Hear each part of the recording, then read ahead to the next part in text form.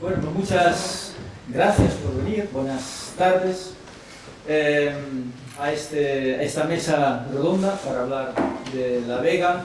Esta iniciativa surgió hace muy poco tiempo, en realidad surge de algo más fundamental, surge del compromiso del Colegio de Ciencia Política y Sociología y de la Asociación Asturiana de Sociología con la sociedad civil, con la pluralidad, con el debate, la libertad de intercambiar ideas y opiniones.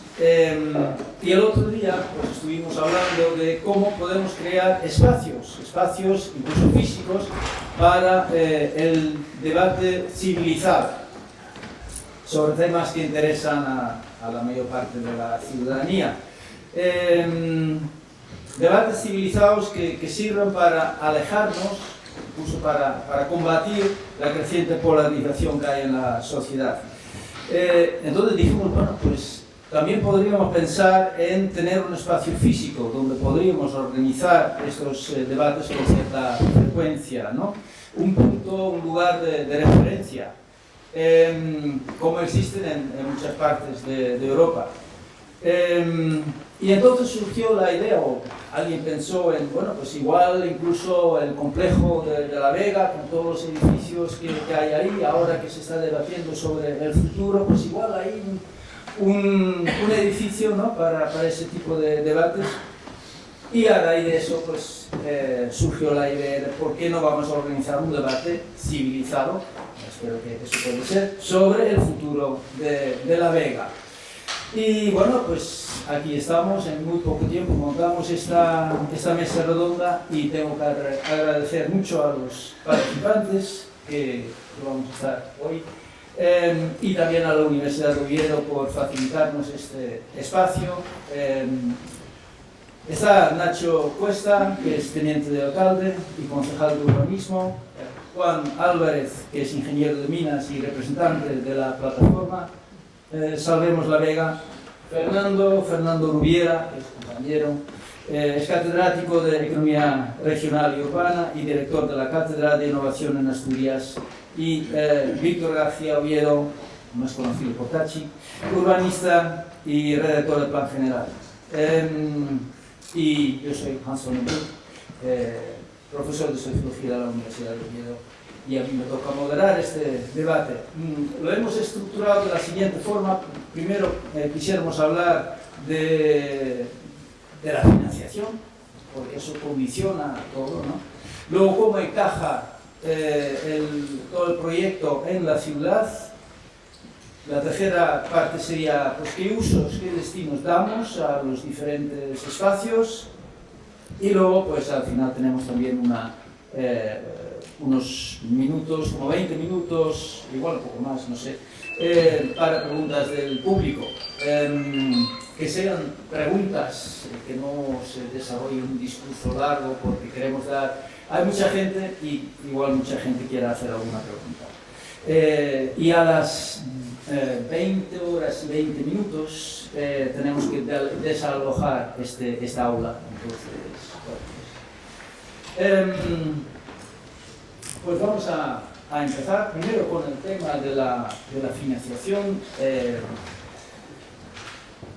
A ver, el Ministerio de Defensa, esa es la idea, ¿no? El Ministerio de Defensa cede la mayor parte del terreno al Ayuntamiento y al Principado, se queda con una cuarta parte, donde se construyen viviendas, ese es el plan, incluso una torre, que yo creo que para la mayor parte de la gente eso es un tema muy polémico.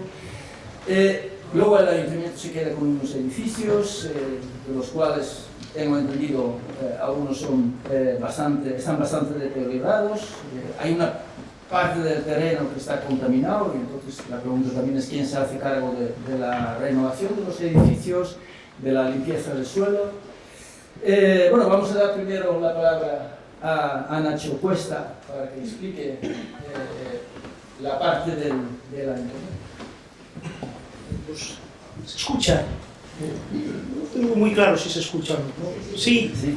Bueno, si no, alzo un poco más la voz. Muy buenas tardes. Muchísimas gracias, Hans, muchas gracias al Colegio de Ciencias Políticas y Sociología por haber tenido la deferencia de invitar al Ayuntamiento a estar presente en este acto. Gracias, por supuesto, también a mis compañeros de mesa y especialmente a mi querido amigo Víctor García Oviedo, situado en margen derecha, sin que eso quiera decir que ha habido ninguna deriva de naturaleza ideológica, sino sencillamente te ha tocado estar allí con quien compartimos desvelos no pocos sino menores en relación con la revisión de nuestro principal instrumento de planeamiento y ordenamiento, que es el plan general. Bueno, como cuestión de orden, decir que en este momento estamos incursos en unas negociaciones junto con el Ministerio de Defensa y el Principado de Asturias para elevar el protocolo que se firmó el pasado 22 de julio a convenio. Esperemos que en fechas próximas, y eso lógicamente me obliga a guardar pues, una imprescindible reserva o confidencialidad sobre determinados aspectos que están siendo en este momento objeto de negociación. Por tanto, cualquier referencia que hagamos me parece que es más oportuna hacerla al protocolo que firmamos en su momento, y no, como digo, a cuestiones que están siendo en este momento objeto de negociación, ¿no? Bueno, yo creo que aquí tiene poco sentido también que hablemos sobre la importancia que ha tenido la fábrica de La Vega desde su instalación en el año 1956, en el monasterio de Santa María, desde una perspectiva económica, social, pero también urbana. Y yo creo que también estamos todos de acuerdo y por tanto tiene poco sentido que seamos redundantes en este aspecto respecto a la importancia que va a tener este ámbito en el futuro de Oviedo y por extensión de Asturias, ¿no? Yo creo firmemente que está, digamos, destinado a marcar el devenir de esta ciudad, si no en el todo, pero sí en una parte muy importante, ¿no? Pero como creo que en esto coincidimos todos, pues parece que detenernos aquí tenga poca importancia, ¿no? A mí sí que me gustaría hacer una referencia, Hans, a cómo hemos llegado hasta este punto, ¿no? Me parece importante, como digo, a los términos del acuerdo que tenemos en forma de protocolo suscrito el pasado 22 de julio. Tampoco creo que este sea el ámbito para llevar a cabo ninguna crítica política a predecesores nuestros, que yo entiendo que con la mejor de sus intenciones bueno, pues intentaron alcanzar un acuerdo que fuera lo más beneficioso para la ciudad, pero lo cierto y verdad es que cuando este equipo de gobierno pues, tomó posesión, se encontró con una negociación que estaba enquistada, discutiendo pues una cuestión esencial como era el precio y que además corría un riesgo de encallarse de manera definitiva al futuro. Bueno, pues nosotros tomamos la decisión de abordar esa negociación desde un cambio completo de paradigma, basándonos fundamentalmente en 4 elementos que nos parecían determinantes, esenciales. El primero de ellos era que el Ayuntamiento de Oviedo debía abordar esa negociación garantizando en todo momento la viabilidad financiera y económica, sin riesgo alguno de hipotecar a esta ciudad para las generaciones venideras. En segundo lugar, necesitábamos un acuerdo rápido, un buen acuerdo, pero rápido. Corríamos el riesgo también de que ese proceso de degradación natural a cualquier equipamiento que está sin uso, bueno, pues se acelerara exponencialmente. En tercer lugar, planteamos que la operación de La Vega necesariamente debería tener en cuenta la salvaguarda definitiva de una de nuestras joyas fundamentales, patrimonio de la humanidad, como es la iglesia de San Julián de los Prados. Y por tanto, cualquier visión que se tuviera de cómo abordar la negociación tenía que pasar inexorablemente por incorporar en la, como digo, salvaguarda definitiva de San Julián de los Prados. Y en cuarto lugar, otro elemento que nos pareció determinante desde el inicio fue la implicación del gobierno del Principado de Asturias, por múltiples y variadas razones. En primer lugar, porque la potencia de esta operación y de lo que allí se pretende desarrollar en el futuro excedía de las capacidades, a nuestro entender, de un ayuntamiento como Oviedo. En segundo lugar, por, digamos, las competencias normativas en ámbitos que tenían una incidencia determinante en esta operación. el urbanístico y de ordenación del territorio, el medioambiental, el patrimonial cultural. Las competencias radican, sin ninguna duda, en el Principado de Asturias, en este caso en la comunidad autónoma, y por tanto entendíamos que también por este motivo era conveniente. En tercer lugar, porque, bueno, no podemos engañarnos, y efectivamente estamos hablando con el titular de los terrenos, que es el Ministerio de Defensa, el Gobierno de España, de la misma afiliación política que el Gobierno del Principado de Asturias, y entendíamos que ello podría contribuir, pues, a desatascar la negociación y a facilitarla en el futuro. Y yo tengo que decir y agradecer, y además no me canso de hacerlo públicamente, el compromiso que desde el Gobierno del Principado de Asturias, desde su presidente, de una manera muy señalada, esta persona con la que yo he tenido un trato más directo, el presidente Juan Cofiño, tuvieron desde el primer momento para lograr, como digo, este acuerdo, que además, en esta época en la que efectivamente hay una controversia y hay una desafección respecto a las instituciones, yo creo que lanzaba un mensaje muy positivo.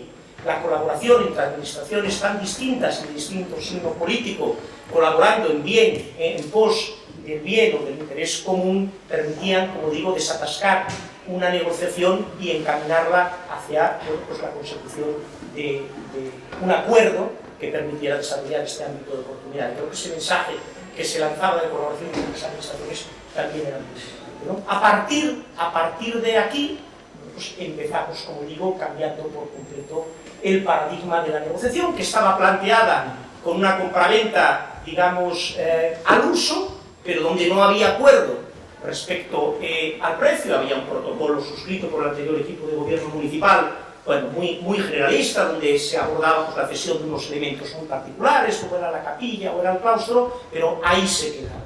Bueno, pues a partir de ahí, como digo, cambiamos ese paradigma de la negociación y planteamos una fórmula alternativa que tanto el Principado como el Ministerio de Defensa pues vieron bien desde el inicio, que es algo que se hace de manera habitual en el ámbito de las administraciones, entre ellas y también con particulares, que es un convenio urbanístico con concesión de derechos de aprovechamiento urbanístico, ¿no? Pero lo hicimos además de por garantizar esta solvencia económica y financiera, como decía antes, del Ayuntamiento, porque estamos convencidos y plenamente convencidos de que la incorporación de estos derechos urbanísticos y desarrollo posterior, las viviendas en este ámbito enriquecen de una manera muy sustancial esta operación. Estamos firmemente convencidos de que esto es así, ¿no? Estamos hablando del desarrollo de un ámbito que está incrustado en la trama urbana, pues que hay más natural que viviendas, ¿no? Cuando además lo que pretendemos es que efectivamente en La Vega haya una confluencia de muchos usos muy distintos, los empresariales en primer término, los culturales, los lúdicos, los hosteleros, los comerciales. Bueno, y nos parecía que efectivamente el hecho de que hubiera viviendas allí, como digo, enriquecía de una manera muy notable. El otro día el presidente del Principado hizo una referencia en la propia fábrica de La Vega, que a mí me gustó mucho, porque realmente puso nombre al concepto que venimos manejando desde el inicio, ¿no? Que era convertir La Vega en un barrio europeo de innovación. Y efectivamente estamos muy de acuerdo en que La Vega tiene que ser un barrio europeo de innovación. ¿Y cuál es la diferencia entre un barrio y un polígono? Bueno, pues sencillamente el que haya viviendas, ¿no? El que haya viviendas. Si después, y termino ya, Hans, luego podemos seguir hablando, si después el hecho de que a alguien le parezca que 1000 viviendas pues son muchas y 700 pues está mejor, o 1200, bueno, eso ya entra dentro del terreno, lógicamente, de la opinión. Por cierto, una última referencia a esa famosa torre. Y en esa torre, esa edificación en altura, no es en absoluto un elemento determinante ni esencial de la operación.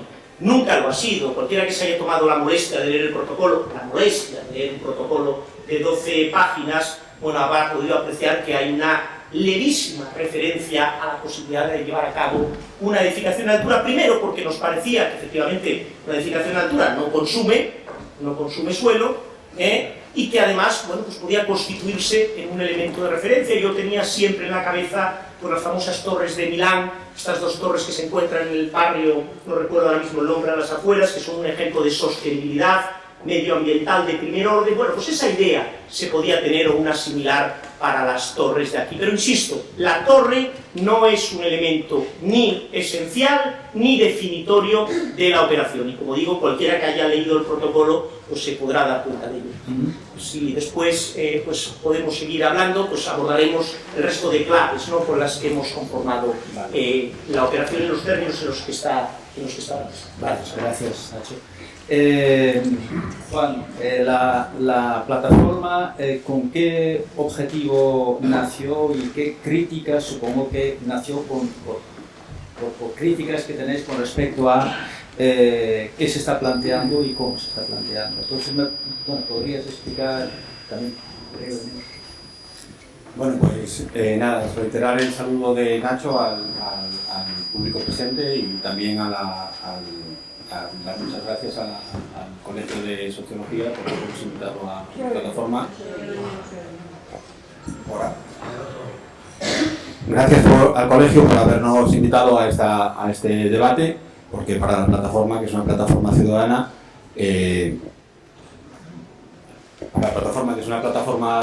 pues entendemos que no todos los días tenemos acceso a debatir de tú a tú con las autoridades firmantes de protocolo.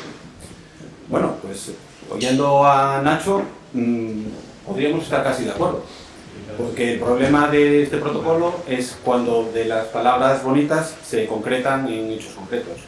También damos la bienvenida a que, como ha dicho Nacho, la torre que figura en el protocolo como un elemento que decían no sé exactamente la referencia, pero era como un elemento sustancial y vamos, de primera importancia para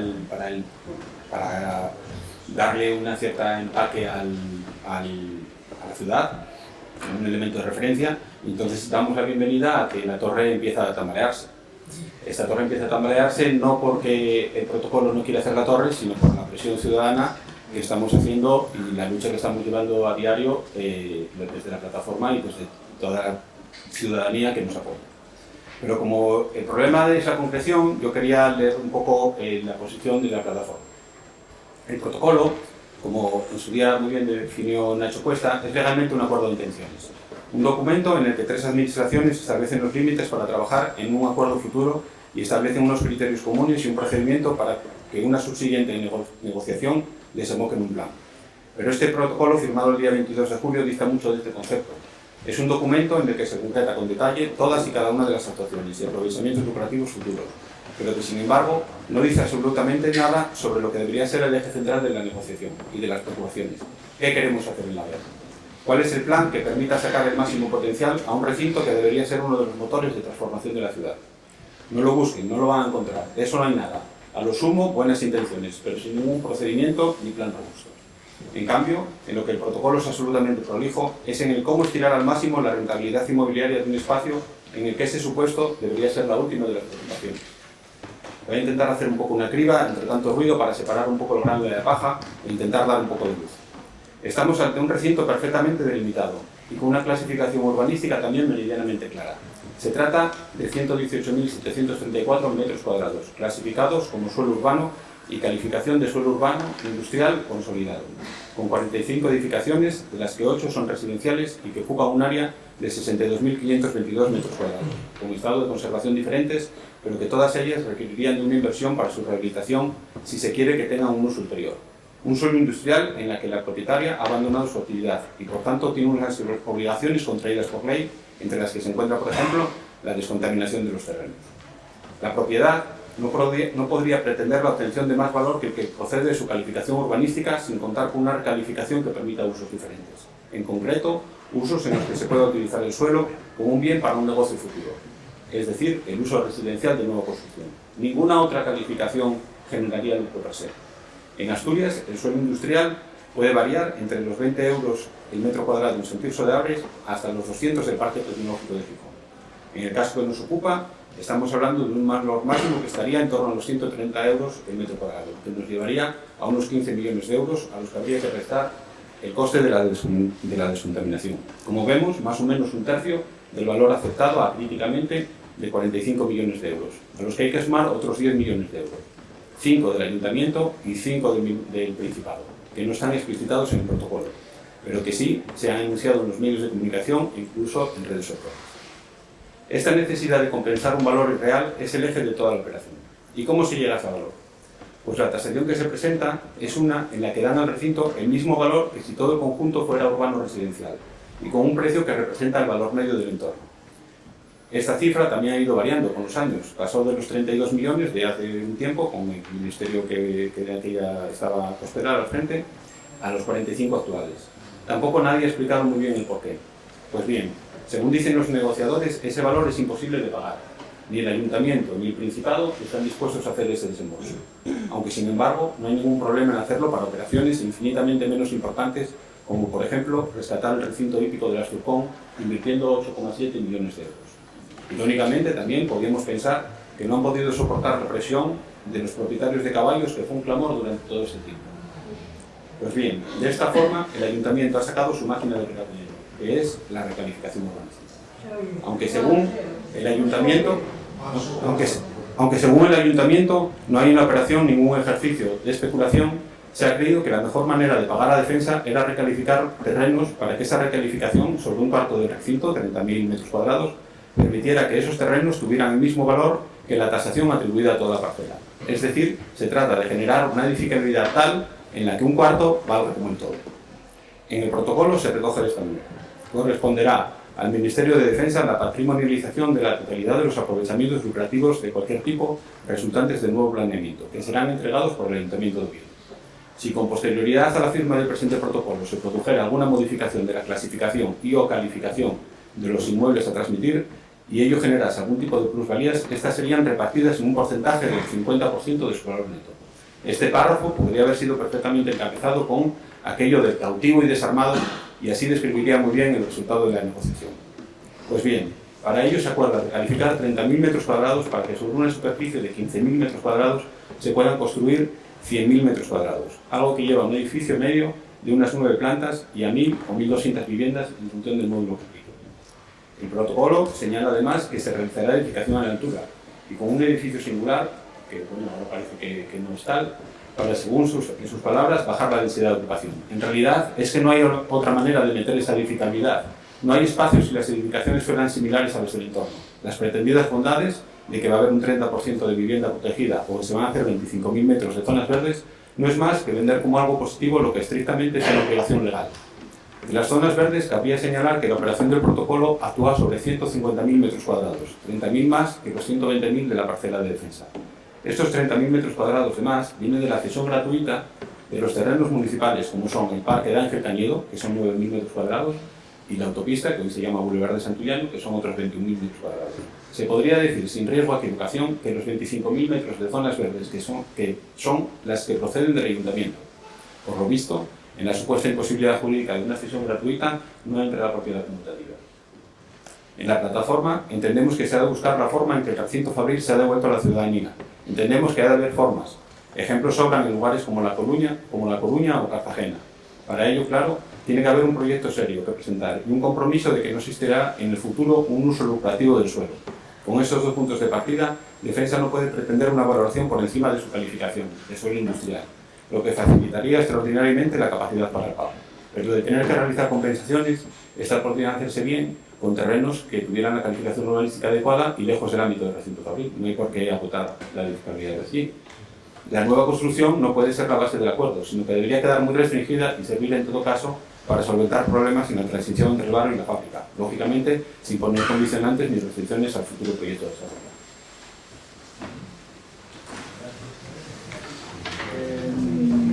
¿Quién quiere reaccionar?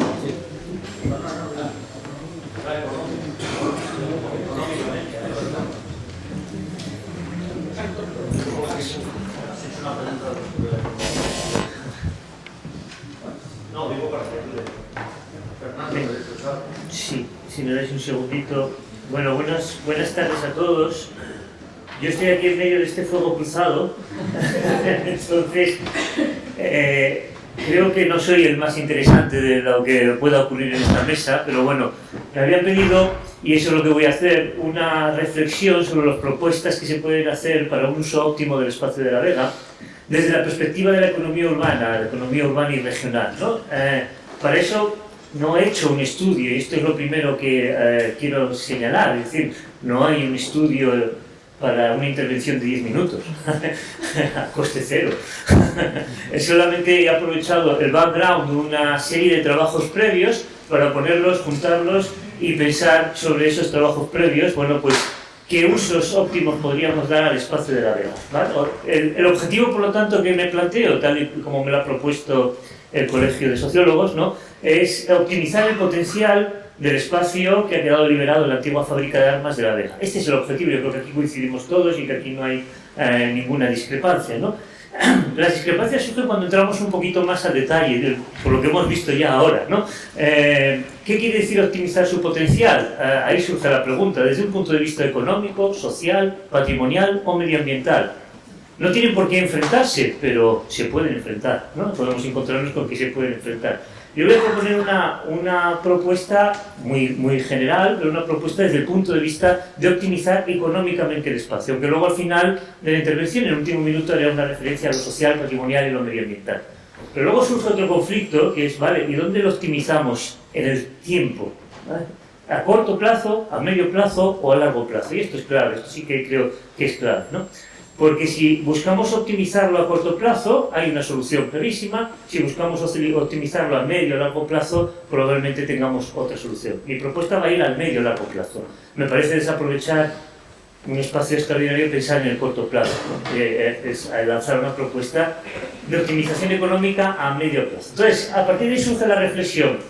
En casi todos los libros de economía urbana, uno de los mejores que se han escrito en toda la historia es este de un tal Fernando Rubiera, con otros autores, pero en casi todos los libros de economía urbana hay una referencia siempre a cuál es el lugar más exitoso. ¿Cuándo conseguimos que un lugar sea verdaderamente exitoso? Y siempre, en cualquier libro, en este tan bueno que os ponía ahí, pero en otros que son mejores todavía, siempre se tiene muy en cuenta que los lugares verdaderamente exitosos, el ejemplo que se suele poner en clase es el Silicon Valley, que es como una referencia, pero bueno, que no nos sirve de mucho aquí porque no tenemos los componentes del Silicon Valley, pero sí tenemos otros componentes. Siempre se busca la coincidencia de dos elementos, ¿no? Primer elemento, necesitamos que en un lugar muy concreto, en un espacio determinado, haya una concentración fuerte de empresas, de actividades económicas que sean consistentes entre ellas. No tienen por qué ser del mismo sector. No tienen por qué ser empresas que cooperen entre ellas, pueden estar compitiendo entre ellas, pero tienen que complementarse. Tienen que ser empresas que se complementan unas a las otras, que se necesitan unas a las otras o que funcionan conjuntamente, ¿no? Tomando el ejemplo de Silicon Valley, lo que tenemos es que en un espacio muy reducido tenemos a Google, a Apple, a HP, a todas las empresas, ¿no?, que están compitiendo entre ellas, pero al mismo tiempo están colaborando, ¿vale? Están funcionando conjuntamente. Ya os digo, Silicon Valley es una referencia casi teórica que no nos sirve de mucho en la realidad concreta de Oviedo, de Asturias, pero la tomamos como referencia. Entonces necesitamos que en un espacio pequeño coincidan, operen empresas que puedan generar sinergias muy fuertes entre ellas. Esa es la primera cuestión. La segunda, para que un espacio sea máximo exitoso, el máximo nivel de éxito, es que ese espacio pequeño en el que existe una concentración de actividades complementarias entre ellas esté ubicado próximo a una gran ciudad. Si falla cualquiera de estas dos cosas, no estamos en un lugar exitoso. Estamos en un lugar que puede ir bien, o estamos en un lugar que puede ser un desastre. Estamos en un lugar, pero no en un lugar exitoso. Un lugar exitoso necesita estas dos cosas. Uno, concentración de actividades que se complementan, que generan sinergias entre ellas. Dos, esas actividades están próximas a una gran concentración urbana, a una gran ciudad. La cuestión es, ¿qué es una gran ciudad? ¿Qué podemos considerar que es una gran ciudad? Bueno, en el contexto de Europa, porque esto cambia según el contexto en el que nos movamos, una gran ciudad es aquella que alcanza al menos las dinámicas que produce 500.000 de habitantes. Por debajo de eso es un pueblo. Por encima de eso empezamos a hablar de ciudad, de verdad, en el contexto de Europa, ¿vale? Si nos aproximamos al 1.000.000 de habitantes hablamos de algo serio. Si sobrepasamos el 1.000.000 de habitantes hablamos de algo muy serio, ¿vale? ¿vale? Entonces, bueno, esas son simplemente lo que la teoría económica nos dice de cuál es un lugar exitoso. Si tenemos una cosa pero no tenemos la otra, casca. Si tenemos la otra pero no tenemos la una, casca. Para que un lugar exitoso funcione necesitamos estas dos piezas. Pregunta, por lo tanto, que nos podemos plantear. ¿Tenemos estas piezas en La Vega? ¿Tenemos estas dos piezas? Empecemos por la segunda. ¿Tenemos una gran concentración urbana cerca de La Vega? Bien, si pensamos en Oviedo, la respuesta clara es no. No la tenemos, ¿vale? Es un gran espacio muy interesante al lado de un pueblito. Esto es así si pensamos desde la perspectiva europea, ¿eh? Para Europa, si nos movemos a cualquier parte de Europa, España es Madrid y Barcelona. Alguien que conozca un poco España, que no sea por claro, es Madrid, Barcelona, Bilbao, Sevilla, ¿vale? Oviedo no existe. No existe, ¿no? Y es un error, porque tenemos el tamaño de Bilbao, si en vez de pensar en Oviedo pensamos en el área metropolitana. Entonces, la primera idea es el proyecto de La Vega tiene que plantearse, desde mi perspectiva, tiene que plantearse como un proyecto metropolitano, de manera que realmente tenga detrás como soporte una gran concentración urbana, es decir, una ciudad que ya sí que está en esos 800.000 habitantes, que supera claramente el medio millón mínimo que necesitamos y que se aproxima al millón, que es donde empiezan a surgir sinergias muy interesantes, ¿no? Si planteamos La Vega como un proyecto de Oviedo, pensado solo con el tejido económico y empresarial que puede ofrecer Oviedo, probablemente no conseguiremos explotar todo su potencial. Si planteamos La Vega como un área, como el proyecto de un área metropolitana donde hay 800.000 habitantes, entonces tenemos otra cosa muy distinta, ¿no? Entonces hay que formular, mi primera cuestión es que hay que formar el proyecto como un proyecto de dimensión metropolitana. Pero la segunda pieza es la que es un poquito más complicada, la situación de la economía asturiana, y es que necesitamos que haya un polo de empresas potentes que puedan generar sinergias, cooperación entre ellas y que se localice en ese lugar concreto, que se aproveche de las dinámicas del área metropolitana, pero que genere unas dinámicas propias en ese espacio, ¿no? Bien, en la Cátedra para el Análisis de la Innovación Asturiana, uno de los informes, todos estos informes están disponibles en la web, pero si alguien tiene interés en alguno de ellos, simplemente tenéis que escribir un correo, al final os pongo el correo electrónico, ¿no? Pero uno de los informes de la cátedra hicimos precisamente eso, un análisis de qué tipos de actividades tiene la economía asturiana capaces de generar ese tipo de sinergias, ese tipo de dinámicas, ¿no? Y el informe arranca con una idea inicial un poco complicada, pero pocas, muy pocas. Asturias no va bien y vamos cada día perdiendo más actividades que sean capaces de generar esas sinergias. Pero sí que encontramos algunas si empezamos a pensar un poco transversalmente. Una de las que en el informe encontramos claramente que es una de las actividades que Asturias tiene potencialidades es en el sector biosanitario. No entendido como un sector solamente vinculado a la salud, ¿no? Eso sería una visión muy reduccionista del sector biosanitario. Es vinculado a la investigación, donde la universidad y ciertos centros de investigación en Asturias tienen cierto potencial. Olvidémonos del egocentrismo asturiano, cierto potencial, mínimo, mínimo, cierto potencial, pero existe, donde el Hospital Central de Asturias tiene cierto tamaño, donde sobre todo lo que sí que tenemos es una población envejecida, eso sí que lo tenemos, ahí sí que tenemos un potencial enorme. Puede parecer una tontería, pero somos líderes en operaciones de cataratas, no es una casualidad. Somos líderes en investigación en traumatología, no es una casualidad. Somos líderes incluso, no líderes, pero bueno, sí que tenemos varias actividades en Oviedo potentes en inseminación artificial, ¿no? Porque también están envejecidas las mujeres en edad de tener hijos y cada vez es más difícil, ¿no? Entonces, es cierto que está surgiendo todo un polo, todo un sector potente vinculado a la universidad, vinculado al hospital, por cierto, el UCA, el Hospital Universitario Central de Asturias. Le falta una letra para describir realmente lo que hay. Es el Hospital Universitario Central de Asturias Metropolitano. Es un hospital claramente metropolitano, sí que se ha formulado como una idea metropolitana, ¿no? Bueno, entonces sí que existe, sí que en el informe sí que lo vimos. Si analizamos el sector biosanitario de una manera amplia, incluso incluyendo la industria agroalimentaria, donde existen actividades de bioalimentación, desarrollo de biotecnología en el sector de la alimentación, incorporando todos estos elementos, hay mimbres para una cesta. Hay mimbres para una cesta. ¿Cuál es el problema de todo esto? que necesita para desarrollarse largo plazo, ¿no? Ponemos un ejemplo, el único entorno similar, parecido a lo que parecido, porque La Vega puede ser mucho mejor, pero lo único parecido que podemos tener en Asturias es el Parque Científico y Tecnológico de Gijón, ¿no? Que tiene un potencial. El Parque Científico y Tecnológico de Gijón se apoyó en un sector informático de nuevas tecnologías que en el momento en que arranca el Parque Científico y Tecnológico apuntaba maneras, tenía ciertas oportunidades, existían, y que con el tiempo se ha visto que sí, que existe ese sector y que existe ese sector con la potencialidad de llenar y sobrepasar los límites, incluso desbordar un parque científico y tecnológico como el de Gijón, ¿no? Incluso desbordar y necesitar ampliaciones del parque científico y tecnológico. Pero el matiz es que necesitó 20 años. Para que eso funcionase necesitó 20 años. Entonces vuelvo y ya termino, porque lo más interesante es lo que puedan decir mis compañeros de la mesa, pero ya termino. El debate principal está ahí, en ese punto de ¿dónde sitúo el objetivo? ¿En el corto, medio o largo plazo? ¿No? Un proyecto como desarrollar en La Vega un polo de desarrollo biosanitario líder en España y de ámbito metropolitano necesita un recorrido muy largo, muy largo. Tiene que situar en el largo plazo, ni siquiera en el medio largo plazo. Entonces, claro, ahí es donde está el problema de cómo financiamos esto, ¿no?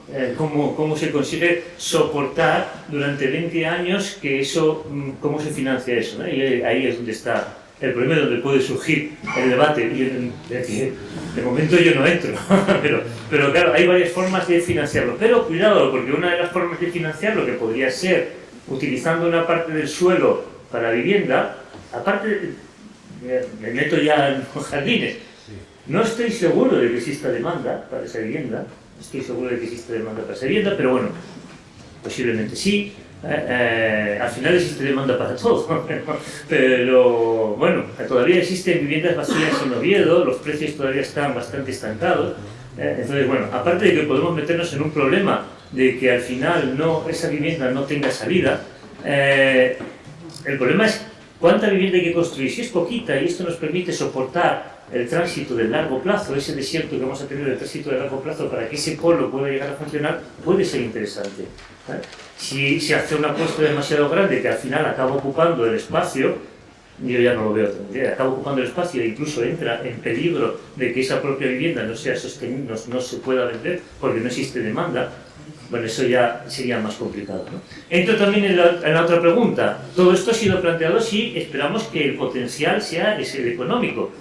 Esto debería de matizarse por los elementos patrimoniales, medioambientales y sociales. De algún modo hay que garantizar que el espacio de La Vega no quede como un espacio aislado de la ciudad. Tiene que estar totalmente integrado en la ciudad y tiene que jugar también un papel relevante medioambientalmente, en el sentido de que Oviedo es una ciudad con pocos parques. No tenemos esa sensación porque el centro de la ciudad tiene un parque precioso que produce un desahogo que yo siempre digo que es el equivalente al Central Park de Nueva York versión Oviedo, ¿no? Es un parque muy interesante en el centro, pero hay muy pocos parques dentro del ámbito urbano de la ciudad. La ciudad necesita integrar, ese sería el debate medioambiental, necesita generar parques, ¿no? Hace tiempo, cuando hubo un debate parecido para el Cristo, a mí se me ocurrió la idea de que el Cristo tenía que ser un parque y que no necesitaba ser otra cosa y que además era muy rápido hacerlo, ¿no? Bueno, casi me matan en aquella, pero bueno, eso lo mismo, ¿no? Porque cuando ese debate surgió había el boom inmobiliario que podía surgir en el Cristo. Ninguno, ningún boom inmobiliario. Ahora ya 10 años después de tener el Cristo, o 15 o 20 años después de tener el Cristo cerrado, ya empezamos a ser conscientes de que no hay un boom inmobiliario alrededor del Cristo y ahora empieza a haber la posibilidad de que sea un campus, que en el fondo es un parque universitario. Creo que es la idea que había originalmente. Entonces, bueno, hay que pensar que hay que conseguir ese potencial económico, optimizar ese potencial económico, pero también darle los usos de manera que podemos aprovechar también su valor patrimonial y su impacto medioambiental en la vida de la ciudad, ¿no? Simplemente era eso. Ahí tenéis mi correo electrónico por si alguien quiere ver alguno de los trabajos. Muchas gracias. Gracias, Fernando. Me ha quedado una duda porque sí. Tú ahora acabas de cuestionar la posibilidad de financiarlo a través de la construcción de viviendas. Entonces, ¿cuál sería la alternativa? ¿Tienes idea sobre claro, esto no es, ¿no? Que estaba intentando buscar hay que desarrollar un proyecto muy atractivo, muy atractivo, integrado en la estrategia de especialización inteligente de la región, para que pueda obtener fondos europeos. A mí no se me ocurre otra idea que esa, ¿no? Pero tiene que estar perfectamente integrado. Lo bueno es que ese informe del que hacía referencia es el que ha inspirado la estrategia de especialización inteligente. En la estrategia de especialización inteligente de Asturias, el polo biosanitario está ahí, está como uno de los polos, luego es perfectamente enganchable a esto. Vale, solo una puntualización muy pequeña. La financiación con vivienda no va enfocada a ningún proyecto futuro. Es simplemente un pago a defensa por unos terrenos que solicita, con lo cual se agota cualquier forma de financiación de un proyecto futuro con ese hecho. Sí. Fernando, como los anteriores, les preguntan y dicen lo que quieren, yo también. Yo creo que... Espera un momento, es que... Fernando... Sí, a ver. Fernando acaba de hablar de la integración de todo el conjunto en la ciudad, entonces para eso también quería pasar de la... Sí, bueno, yo creo que ya nos conocemos todos, o por lo menos tenemos referencia. A mí me han dicho que hable poco, que deje hablar a los demás y que no me los como. Lo he escrito en una hoja, no la voy a leer, queda ahí, que la quiero utilizar, que la utilizo. Bueno, la primera pregunta, que yo creo que es en el fondo la que nos unifica a todos, es decir, cuando todo el mundo miramos ese lugar que tanto le afecta, que pedantería un lugar es un sitio significado, ya lo dice todo. Es decir, no hace falta poner más encima de la mesa porque todo el mundo entiende que no es casualidad que ese sitio a lo largo de la historia se ha conformado en un lugar que tiene mucho recorrido. Y a eso le llamo yo, y es lo que titulo, digamos, mi intervención, la trascendencia del futuro. Es decir, se haga lo que se haga bien, mal, regular, con acuerdo, sin acuerdo, como sea, lo que se toque ahí casi se acerca a la acupuntura, que tocas eso y te puede doler el pie o te puede doler el pie. En urbanismo se utilizan símiles de ese tipo, ¿no? Bien, ¿qué es lo que a algunos nos preocupa, ¿no? Más allá de que nos ocupa? El plan general es evidente que es un instrumento jurídico, sobre todo para dar reglas de juego al mercado, digamos, de los privados, pero justo nosotros incorporamos un documento que se llama Proyectos de Capitalidad porque trascienden al propio plan. El plan tiene unas reglas, es muy jurídica, pero es que un plan no puede, y menos con una capital, y a eso le llamamos proyectos de capitalidad. Bueno, como siempre, y el que me conoce sabe que siempre hablo de decálogos y 10 puntos, de los 10 proyectos de capitalidad que aportamos, para mí, ya que estoy yo así, y bueno, por cierto, me represento a mí mismo, obviamente, porque aunque viene del plan, de lo que voy a hablar no es del plan, no voy a hablar de planeamiento, voy a hablar de urbanismo, eso tampoco que se habla, voy a hablar de urbanismo. Bien, y el urbanismo lo ha centrado muy bien Rubiera, estábamos preparados, él hacía la introducción y yo remataba, digamos en la portería.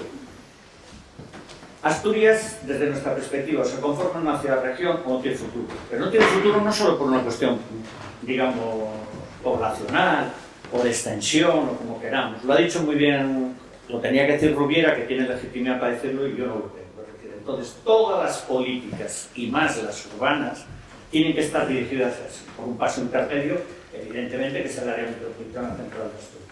Desde ahí, la trascendencia de un lugar como es la fábrica de es total, es decir, no hay ningún otro lugar en toda la ciudad de Oviedo que su trascendencia para ese gran proyecto, que debe ser un proyecto, digamos, haciendo una analogía, debería ser un proyecto de Estado, aquí debería ser un proyecto de comunidad autónoma. Esto no es un problema de si se hace más o menos viviendas, no va por ahí los tiros, aquí los tiros van que o aumentamos la tasa de actividad económica, que está en el 50%, o el último que apague la luz, así de claro.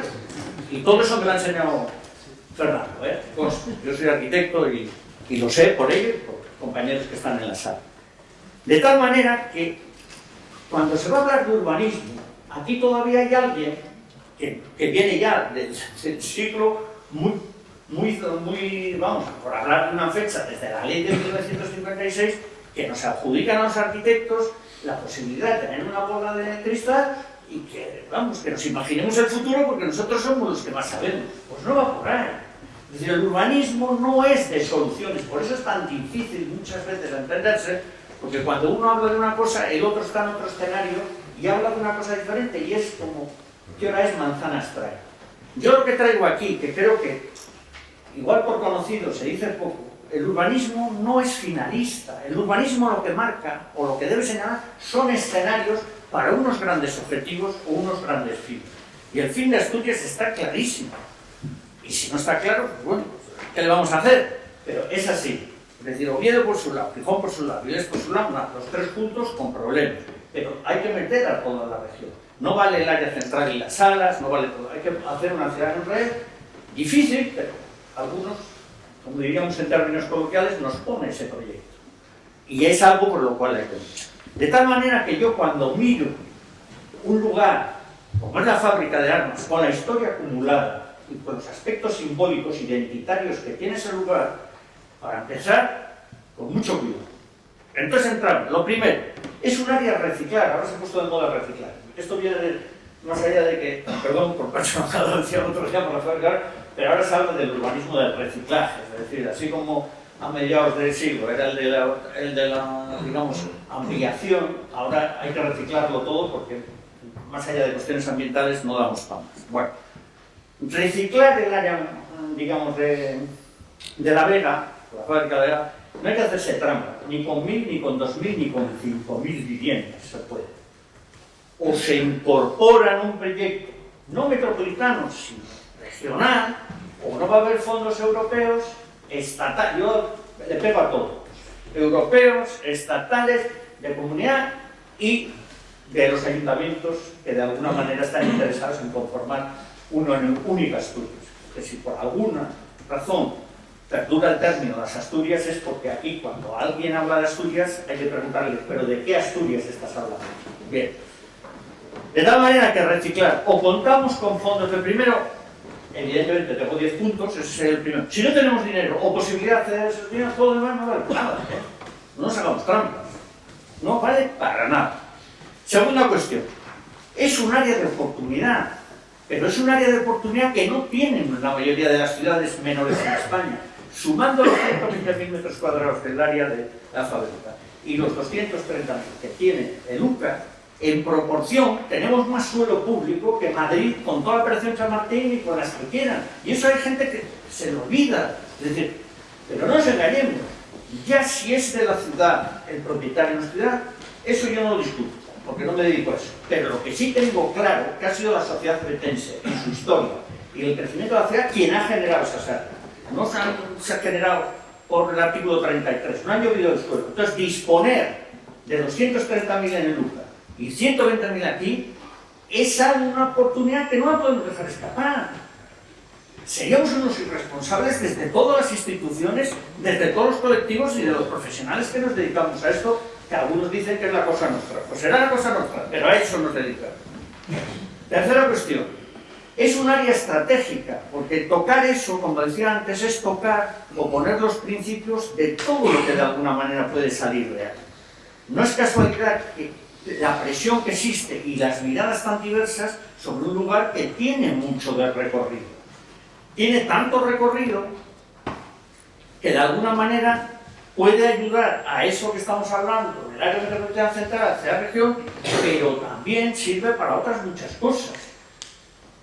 Porque, y aquí es el cuarto punto, para mí es un área urbana. Yo sé que aquí hay una discrepancia, pues bueno, hay que señalarla, yo la leo así. Después de haber visto un teniente general ayer en la televisión, cada día valoro más a los militares, y fíjate que los tenían machacados, tienen visiones estratégicas de la ciudad. Cuando se hizo la fábrica de la Vega, que por cierto era un ingeniero militar, los ejes por los cuales se estructura el interno de la fábrica son en modo, tiene un eje santillano y otro eje de la estación. Y todo lo que hay dentro, la gente queda movilada por los edificios, pero no son los edificios los que dan sustancia, son las tramas de manzanas que hay dentro. ¿Por qué? Porque ellos van edificio a edificio, manzana a manzana, y según sus necesidades van construyendo. Y cuando la gente entra y es muy agradable, todo el mundo se queda en los edificios. Y lo más agradable, para mí, es la trama urbana tan bonita y la escala que tiene, que te recuerda incluso a esa imagen idílica de las ciudades jardín. Porque los militares, que algunos creíamos que eran tontos, saben bastante más de lo que nos pensaban. Entonces, el simple hecho de tirar el cierre de la fábrica, toda esa trama urbana queda incorporada a la trama urbana de la ciudad. La Nueva España hizo una reconstrucción, más allá de sus edificios que los hizo a la Remanguillet, que se los tuvo que inventar, los edificios, sí que refleja muy bien cómo entra la trama urbana del conjunto en la trama urbana de la ciudad. ¿Qué es esa mayor aportación? ¿Por qué el hecho de incorporarlo representa mucho?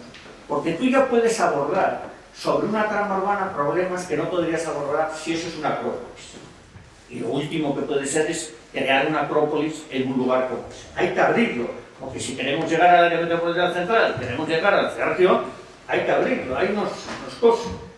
De tal manera que eso, evidentemente, sigue siendo un área industrial, porque tipológicamente las edificaciones responden a un modelo de una época industrial muy característica, que no es muy propia, porque es de una fábrica de armas cuyos edificios son muy singulares. Bueno, hablar de la nave de cañones pues, no es casualidad. Hay polígonos industriales que los puedes tirar enteros y no pasa absolutamente nada. Pero eso es muy importante por todo lo que hay añadido.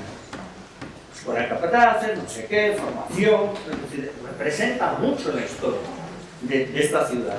Es el famoso Oviedo industrial, que hay mucha gente que lo desconoce, no sé por qué, pero lo desconoce. Es decir, siempre se ha creído que Oviedo pues, era la calle Uría y 4 calles. Pues hay un Oviedo industrial potentísimo, es verdad que vino derivado de la invasión de los franceses en Guipúzcoa, y bueno, sí, Guipúzcoa y Vizcaya, porque sobre todo en Eibar vinieron mucha gente de aquí, o del Goiba, o de Espeque, es decir, vinieron aquí huyendo de los franceses para crear armas aquí, como se empezó, pero toda esa historia la conoce todo el mundo, pero es importante, es decir, es una seña de identidad, no solo de la ciudad, sino de una época determinada. Y en ese área, no he encontrado un término, no me gusta, pero bueno, creo que nos lo entender. Yo le llamo toda la polisémica de áreas que comporta esa zona, le llamo área zaguán, es decir, no me gusta el término, pero para que nos entendamos. Es un lugar que, por el hecho de estar la fábrica, concita muchas cosas. Es decir, por un lado, hay un acceso a la ciudad que en su día, y eso demuestra en parte que no era un recinto cerrado porque le comieron un cacho a la fábrica cuando se hizo la Y. Es un sitio donde hay unos edificios que no todos valen igual y todos no pueden responder a la misma usos futuros. Pero por otro lado, también hay otra zona que, antes de tocar sobre ella, había que pensar quiénes han habitado históricamente aquellos. Para mí lo representa, es todo el este de la ciudad y concretamente darle un carácter simbólico de otras cosas.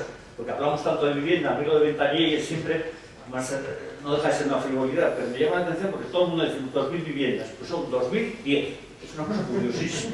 Esas 10, no sé si fueron de forro o peso, pero son 2.010. Voy. No, oye, aquí cada uno se busca la vida. Es un área funcional, y como es área funcional hay que pensar que puede promiscuidad de usos. Es decir, no es cuestión de un uso para la fábrica. Tiene que haber un uso dominante, evidentemente, pero ahí tiene que haber de todo. Estudiantes, no vamos a decirlo de frontón y lo otro, pero también estaría bien meter todo. Es decir, las manzanas que hay ahí dentro, pueden muchas de ellas acoger cualquier tipo de uso. Y lo que hace rica una ciudad o un área es la promiscuidad de usos. Y no lo digo en términos que todo el mundo puede llegar a pensar, pero es bueno, es decir, es bueno que haya. Siempre hay un dominante. Yo creo que aquí, lo ha apuntado Fernando, yo creo que es bastante evidente que el biosanitario, que además ya no es solo de eso, sino de la ciudad, pues puede ser el motor o tractor o como lo queramos llamar. Pero da pie para muchos, pero sobre todo también pensando. Es un área dotacional. Yo pienso también que hay que dar respuesta a lo que decía antes de la deuda histórica, ahora muy rápido, con respecto a Ventanier. La ciudad este de la ciudad ha estado siempre abandonada. De la ciudad pobre, de la ciudad no sé qué, las clases trabajadoras, no sé qué, no sé cuánto. Pues bueno, hay un momento en el cual, pues decir, oiga, si vamos a hacer algo aquí, una parte de eso también, no somos nosotros propietarios jurídicos, pero hasta cierto punto nos hemos dejado una herencia ahí que sería bueno recuperar.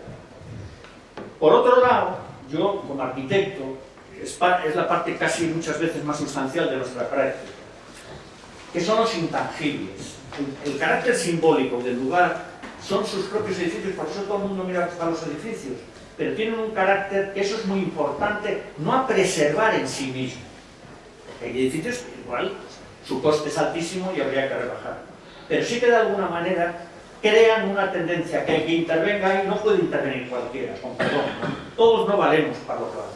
Y entonces aquí sí que se echa a faltar, pues lo mismo que se van buscando agentes pues para la fábrica de gas o para el Luca o para lo que sea, sería bueno tener a gente que de alguna manera tengan contrastado lo que es intervenir en ámbitos de esta naturaleza, porque es la ciudad del futuro.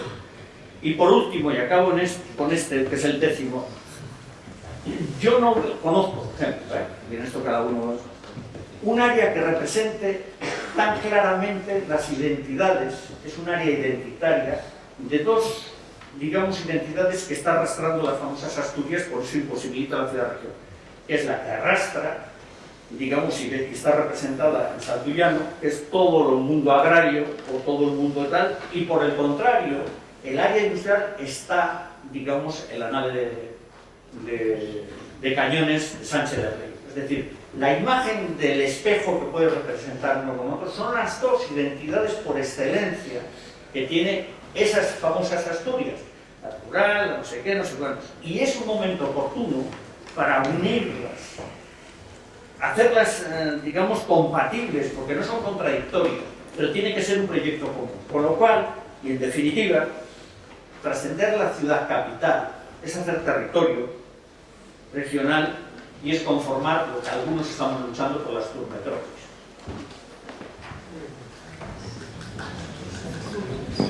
Gracias. Muchas gracias. Voy a pedir a los dos, a las dos personas que tengo a mi lado que hablen de cómo encaja todo el proyecto en la ciudad. La misma pregunta la había hecho a Tachi, y los destinos de los edificios, de los diferentes edificios. Sí. Pues muchísimas gracias de nuevo. Bueno, pues yo no puedo estar más de acuerdo con lo que acabo de escuchar, ¿no? Por parte de Tachi, por parte de Fernando. Cuando yo al inicio de mi intervención decía que no iba a hacer referencia a, bueno, pues a los usos futuros, era sencillamente porque creo que todos estamos de acuerdo. Tiene poco sentido, ¿no? que reiteremos uno tras otro la visión que tenemos, porque yo creo que esa es compartida, ¿no? Si estamos definiendo la fábrica de la Vega como el gran ámbito de oportunidad de Oviedo y por extensión de Asturias, es porque creo que todo el mundo más o menos estamos de acuerdo en que efectivamente eso tiene que ser un polo de atracción empresarial. Es cierto que el ejemplo del Parque Científico y Tecnológico Gijón, la milla de conocimiento, lo hemos tomado siempre como ejemplo, 4.000 empleos de alto valor añadido. Siempre hablamos con nuestros amigos de la Cámara de Comercio que efectivamente Oviedo es una ciudad que lo tiene todo, lo tiene todo, para ser una ciudad extraordinaria para vivir. Es decir, tiene unos servicios sanitarios muy buenos, educativos, los servicios públicos están al más alto nivel, o la percepción de los ciudadanos al menos es esa, y lo único que tiene que hacer Oviedo pues es garantizar que efectivamente va a tener una viabilidad económica en el futuro, ¿no? Esos 5.000 empleos de alto valor añadido, que son la mejor receta, ¿no? Para cualquier crisis demográfica, ¿no? Mucho más que cualquier ayuda puntual, pues es ofrecer un futuro económico que permita que los ovetenses no se vayan y que, bueno, pues haya gente de fuera que quiera venir a vivir aquí, a conformar su familia y a poder labrarse un futuro con, como digo, empleos de alto valor añadido, ¿no? Garantizar esos 20.000 habitantes que hagan, bueno, pues que la pervivencia de Oviedo esté garantizada. Por tanto, yo creo que hay pocas dudas, ¿no? De que efectivamente la fábrica de la Vega tiene que ser eso fundamentalmente, pero también puede tener esa multiplicidad de usos de lo que hablábamos antes, ¿no? Un espacio que efectivamente con solamente tirar los muros se incorporaría perfectamente a la trama urbana y que tiene que tener, bueno, pues vida las 24 horas del día a ser posible, ¿no? Y por eso pues yo reitero nuestra apuesta acerca de las bondades de que efectivamente se convierta en ese barrio europeo de la innovación con las viviendas incluidas. Pero, Fernando, Asturias seguramente sea una de las comunidades autónomas que más informes hayan hecho a lo largo de la historia y que menos porcentaje tenga de concreción en proyectos y de ejecución, ¿no? Tenemos pues, múltiples estudios sobre cualquier ámbito bueno, de la actividad humana y al final se concretan en pocos proyectos, ¿no? Y aquí hay que compatibilizar esas ideas que se tengan sobre el futuro de la Vega, y hay actores que están trabajando, y además me consta de manera muy intensa en definirlos, pero es que estamos hablando de un ámbito que no es nuestro, no es nuestro. Y estamos construyendo castillos sobre un terreno que no es de Oviedo ni es de Asturias. Y por tanto tenemos que centrar el foco en lo verdaderamente importante en este momento. Como siempre dice Tachi, trabajar en paralelo y en este caso también a la vez, Y como digo que me consta que hay actores que están trabajando en definir eso, y ese estudio tuyo, pues evidentemente es difícil ponerle un pero, yo creo que todos estaríamos de acuerdo con él. Al mismo tiempo, otros actores tienen que trabajar para conseguir que efectivamente esos terrenos reviertan a Oviedo y al Principado, ¿no? Y porque si no creo que, bueno, pues situaríamos el foco donde no es importante en este momento, ¿no? Bueno, la operación tal y como está conformada en la actualidad, tal y como se está negociando, y yo espero que se pueda concluir en fechas próximas con éxito, sinceramente no veo de qué forma puede entorpecer o enturbiar esas ideas que se tienen para el desarrollo de la Vega. Hablábamos de las viviendas, ya he insistido en la bondad de que efectivamente allí haya viviendas, no solamente para garantizar la sostenibilidad financiera de la operación, sino sencillamente porque contribuirán a que esa multiplicidad de usos se pueda desarrollar de manera más intensa. Hablabas de la generación desde una perspectiva medioambiental, bueno, de zonas verdes. Bueno, pues evidentemente la apuesta, cualquiera que se haya también ocupado o preocupado de estudiarla, verá que entre los efectos colaterales positivos está esa generación de espacios verdes muy importantes, algunos que ya existen, pero lógicamente forman parte del entorno de la Vega, y otros que vamos a ser capaces de generar con bueno, pues ese proyecto de integración de la entrada a Oviedo a través de la propia fábrica de armas. No como de manera malintencionada se trata de plantear, es decir, una autopista que atraviese la Vega, sino sencillamente una calle más de la ciudad que efectivamente, y como consecuencia de esa trama viaria que ya existe en la fábrica de la Vega, pues pueda conformarse como una calle más, con un tráfico que ya vendrá absolutamente pacificado, porque no es posible analizar esta operación y esa integración del viario en la fábrica de la Vega si no se tiene en cuenta el resto del proyecto que desde el Ayuntamiento de Oviedo estamos abordando para la reforma de la entrada de la ciudad. Porque va todo absolutamente interconectado. Si efectivamente con el proyecto de la reurbanización de la margen derecha vamos a procurar que desde la entrada a la propia ciudad de Oviedo, a la altura del colegio Jaime Borrás, hasta aproximadamente el Palacio de los Deportes, es decir, el inicio de la fábrica de la Vega, hay ese proyecto, como digo, de reurbanización para conseguir que toda esa margen derecha, bueno, pues se convierta en un espacio de convivencia ciudadana, con pues, las sendas ciclables para pasear, con espacios incluso de parques verdes. Eso es lo que se va a generar con ese proyecto. Por tanto, hay que entenderlo, como digo, en su integridad, y no en compartimentos estancos. El tráfico vendrá completamente pacificado y por tanto estaríamos hablando de una calle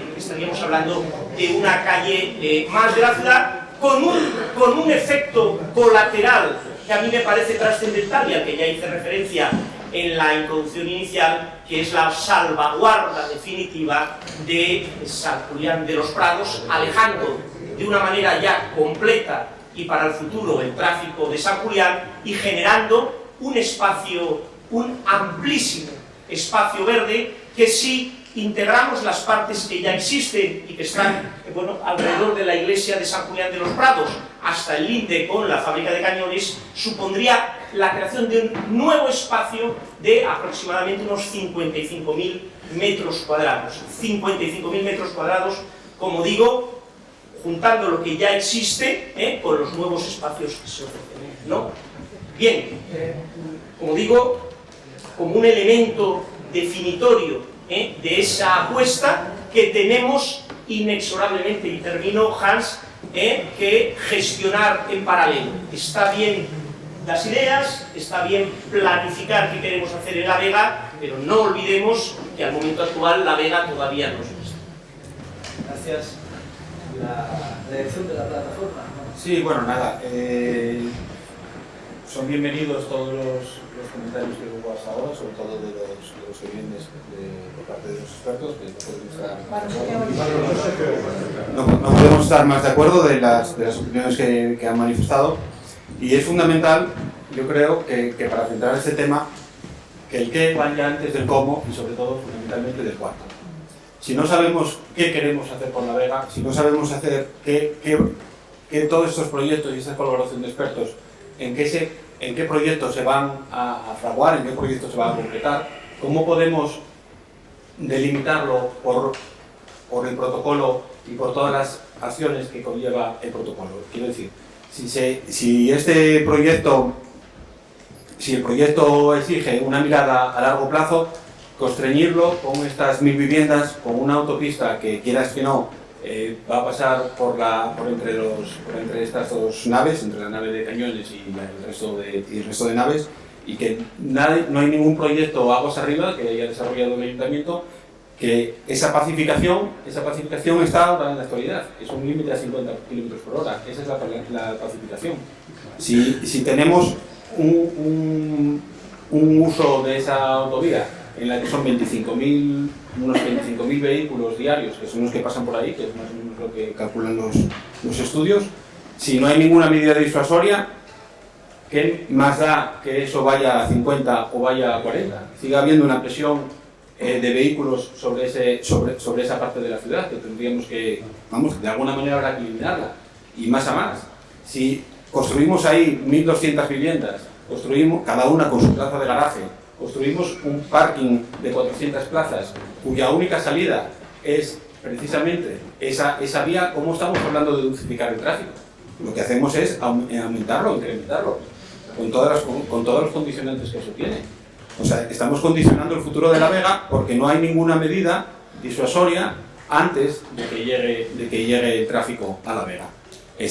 Había en los proyectos antiguos de Imagina un Boulevard y tal, había unas acciones que sí estaban encaminadas a que de forma disuasoria no entrasen los vehículos, que no sea esa la vía principal de entrada de la ciudad, y ahora eso ha quedado completamente relegado. Se han hecho una serie de proyectos que son puramente ornamentales de cara a la regulación del tráfico, que bueno, pueden estar bien, pero tenemos que tener una mirada, un horizonte más allá. ¿Cuál es el horizonte que podemos tener? ¿25.000 vehículos diarios son asumibles? ¿Cuánto es la cifra que podemos asumir para que esa entrada sea de verdad duplicada? ¿5.000? Habrá que dar una cifra, habrá que hacer los estudios de tráfico convenientes para que eso no se podrá planificar antes de hacer el estudio de tráfico. Dirá que tendremos que hacer los estudios primero y la planificación después. Me parece de sentido común, porque si no, todo lo que haces es desvirtuar. Puedes adornarlo de muy buenas palabras y tal, pero estás desvirtuando completamente el carácter de pacificadora de ese vial. No tiene ningún tipo de sentido. Aparte de los problemas de contaminación y los problemas de que generarían esas 1.200 viviendas. Estamos hablando de que si la ventanilla serán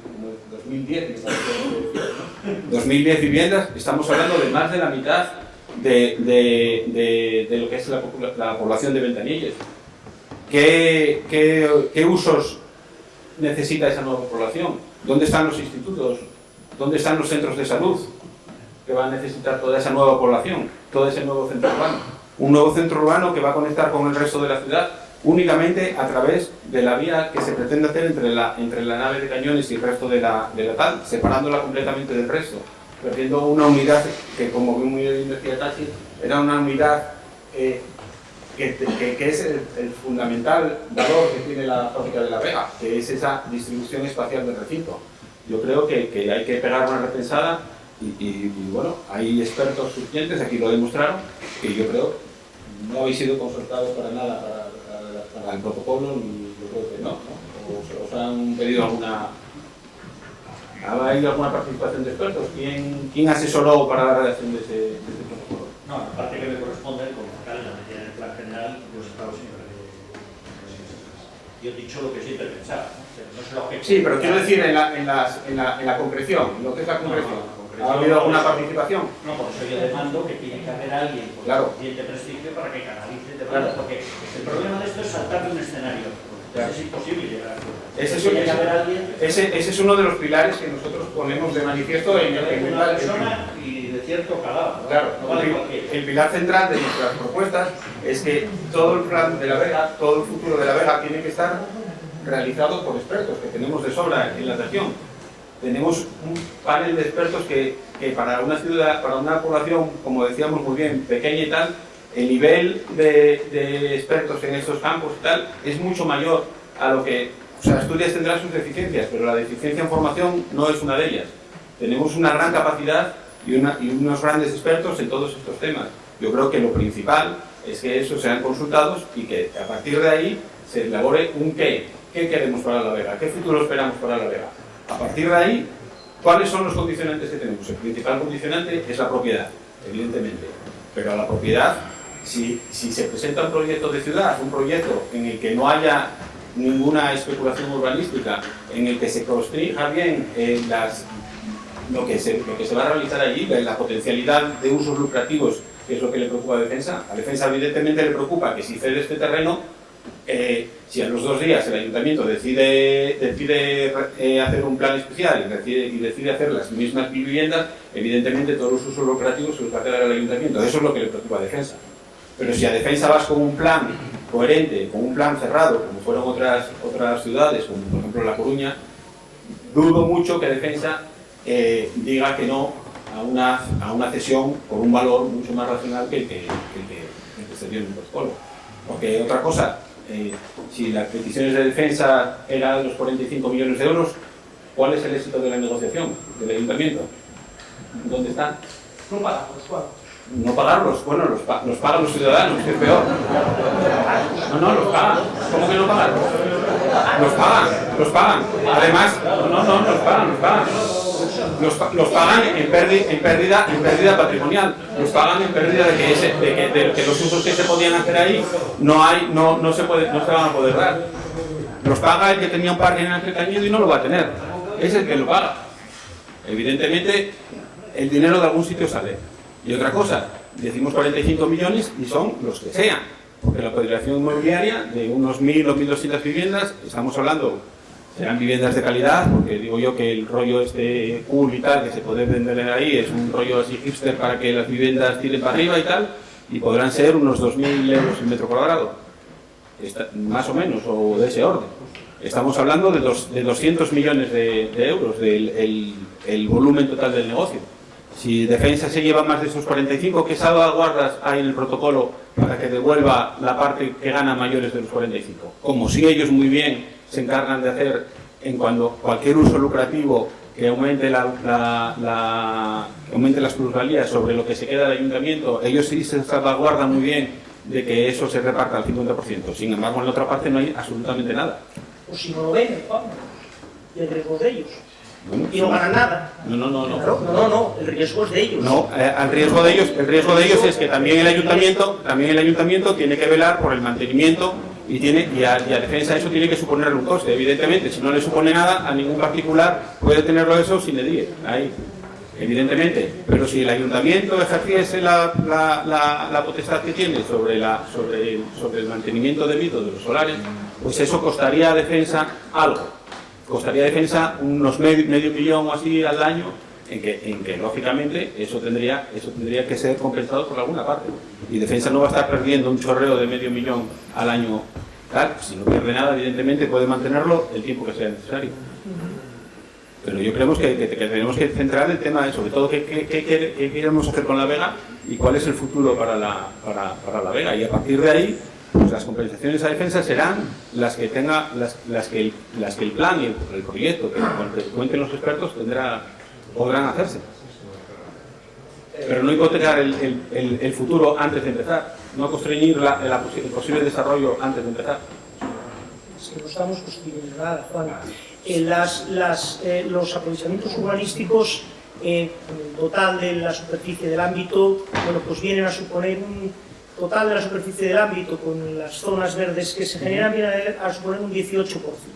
Es decir, un 18% es la zona que concentra los aprovechamientos urbanísticos. El resto revierte al Ayuntamiento de Oviedo, entero.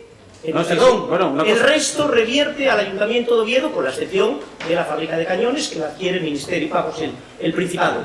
El 18% es la superficie que ocupa de la totalidad del ámbito los aprovechamientos urbanísticos. Bien, a partir de ahí, es decir, esto es la realidad. Y a partir de ahí, como digo, pues uno puede tener su opinión sobre si efectivamente 1000 viviendas son muchas, si 400 son suficientes o no, pero conviene decir que ocupan un 18% de la superficie. Sí, bueno, esa es la misma trampa al solitario que si cogemos el Parque San Francisco y decimos que la jirafa tiene poca densidad edificatoria, porque como cogemos el Parque San Francisco, pues la media te sale pequeña. Es exactamente lo mismo. Y eso es baja densidad en la jirafa. ¿Estás diciendo que es baja densidad? No, la jirafa, en el ámbito de la Vega sí.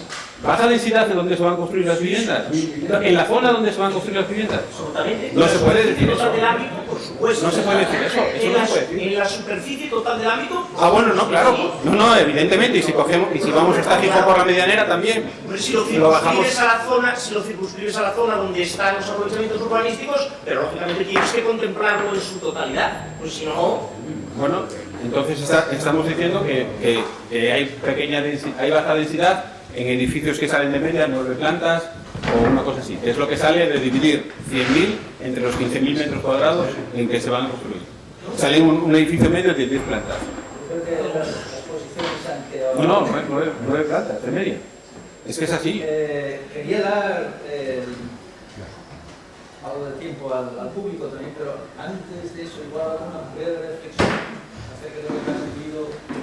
No, yo he hablado bastante, yo antes señor lo dejo de decir, sería bueno, y además que estamos en un mundo universitario, del cual yo no tengo absolutamente nada que ver, pero si algo me acerca a la ciencia, es que la ciencia nunca se plantea las seguridades, siempre se plantea las preguntas. Entonces, por ahí, Fernando y yo, que llevamos años colaborando, además no es casualidad, y en este caso hemos hablado, la pregunta aquí no es qué tiene que ser la Vega en Oviedo, es decir, qué tiene que ser la Vega en Asturias. Y si nos hacemos mal la pregunta, seguro que sale mal la respuesta. Y lo dejo ahí. Cada uno, por eso reivindico, aprovechando esto, hace falta una figura troncal. Esto no va de experto, esto va de alguien que asuma, digamos, lo que son las disciplinas transversales, no acumulativas. Es decir, tiene que haber alguien, lo mismo que aparece en la fábrica tal, que aparezca aquí y que recoja de todas partes para llegar a hacer las propuestas que puedan convertir no solo a la fábrica útil para Oviedo, sino para todas las Oviedo. Por eso digo, ojo con las preguntas que nos formulamos, porque según nos formulamos las preguntas, así encontraremos las respuestas. Preguntas, ahí. Bueno, hay bastantes. Que levantó la mano. Sí. La primera pregunta que me resulta increíble es pregunta generosa. Lo has dicho muy claro. Aquí el problema es el primero económico. Vamos a ver, antes existía un protocolo, y mira que yo tenía la primera con el Partido Socialista, el tripartito mucho menos, estaba negociando un protocolo y tú mismo dijiste que el escollo era el económico. Vale, ahora cogéis y el económico desaparece. Y nos preguntamos, la gente de Oviedo, nos preguntamos, ¿cómo desaparece? Porque de repente, ¿qué pasa? que el anterior estaba negociando el precio justo de la fábrica y estaba con unas valoraciones que en los números que estamos equilibrados, o de repente llega un señor y pide lo que le da la gana, que en este caso es Defensa 45 millones de euros, y nos inventamos 1000 viviendas para pagarles a cambio y darles ese dinero a cambio. Esa es la cuestión. Le damos 45 millones sin técnicamente saber la ciudadanía ni una sola valoración ni olérnosla, y nos da la impresión que se claudica a lo que quiere vivienda y que a lo que quiere Defensa. Y Defensa quiere esas viviendas y se da. Primero eso, preguntarte de dónde está el desbloqueo. Dos, y escucho lo de la fábrica de La Vega, perdonar, Tachi, tú y yo hemos vivido desde hace mucho tiempo esta historia del área central, Ciudad Astur, área metropolitana de Asturias, es acojonante.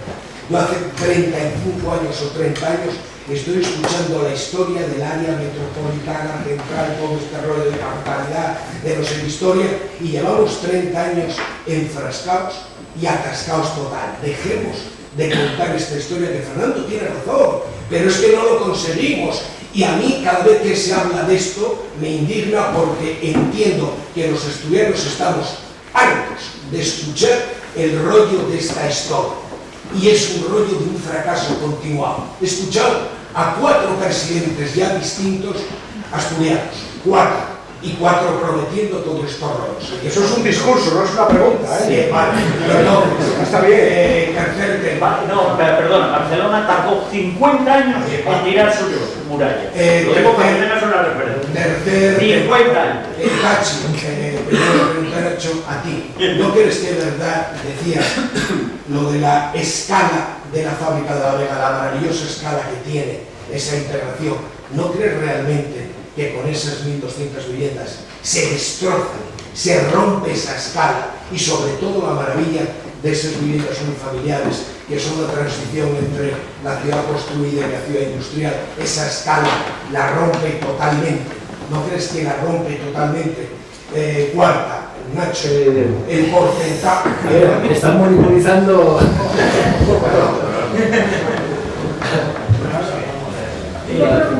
Bueno, como cuestión previa, decir que he escuchado de manera reiterada en el público y también en algún interviniente de la mesa que se van a construir 1.200 viviendas. Yo estaba en las 1.000, pero bueno, han subido a 200. Ha subido a 200 cuando ha subido a 200 viviendas más, cuando siempre, cuando los términos en los que hemos convenido el protocolo eran de aproximadamente esas 1.000 viviendas. Bien, que la negociación estaba encallada, bueno, pues lo prueba sencillamente el que no se logró concluir. Es decir, insisto, no quiero atribuir responsabilidades. Yo estoy convencido que cada gobierno, en el ámbito de las suyas, buscaban la mejor forma de afrontar esta operación muy compleja. Insisto, no atribuyo responsabilidades, pero lo cierto y verdad es que la operación no se concluyó. Y no se concluyó porque había una disparidad muy notable en el precio. Bien, aquí podemos hablar y seguramente cada una de las personas que están en público tendría una idea del precio que habría que pagar por La Vega.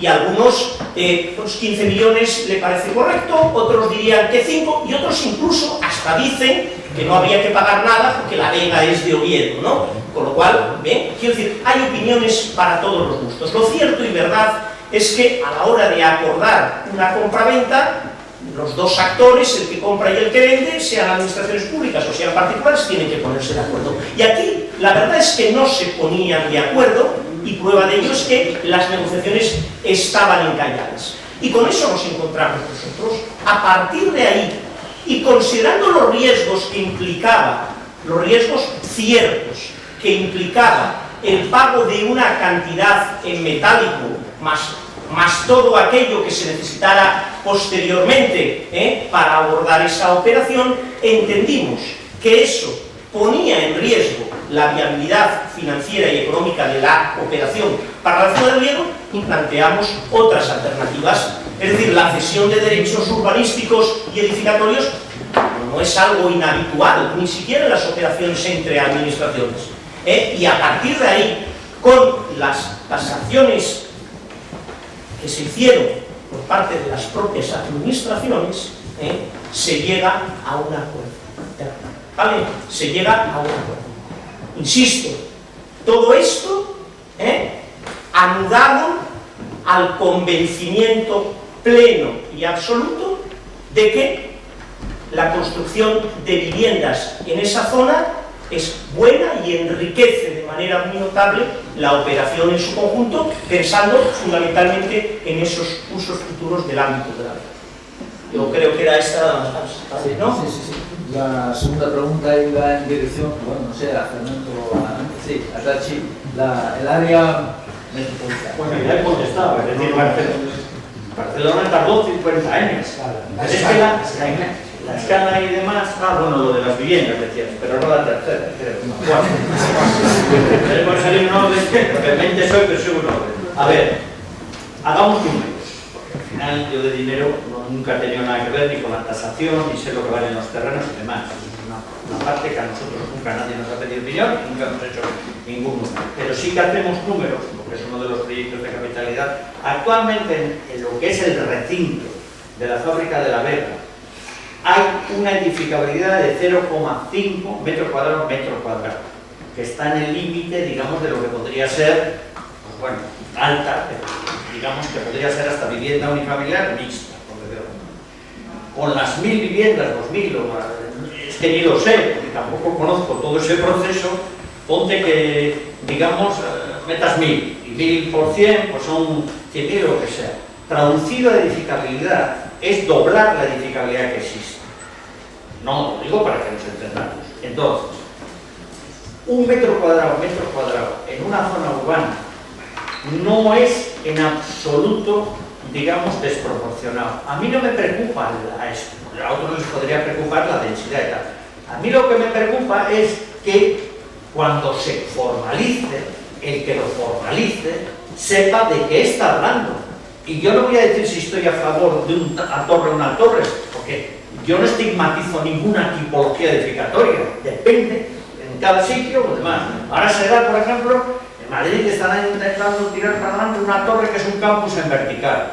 Yo no digo que ahí tiene que ir una torre. El que lo estudie, porque yo no lo he estudiado, sería un atrevido decir, no, ahí hace falta una torre de 300 metros y nos salimos del mapa. No, es decir, lo que hace falta es que alguien lo estudie y que se lo trabaje. Es decir, aunque sea paradójico para ti, Felipe, y para mí, ¿sabes lo que hace falta?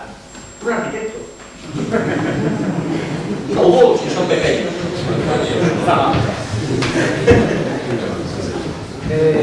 Carlos, he visto 3 o 4... Sí, insisto en que, a ver si las preguntas pueden ser breves y también las respuestas de la mesa pueden ser breves. Sí, él estaba antes y ahí... A ver... Los tráficos dulces van a ser tipo los de la Ronda Norte y la autopista a través de Naranjo, es ese tipo de tráficos dulces los que se sugieren, y luego si la sostenibilidad financiera va a ser tipo más parecida al rescate del Calatrava o al rescate de la Fútbol.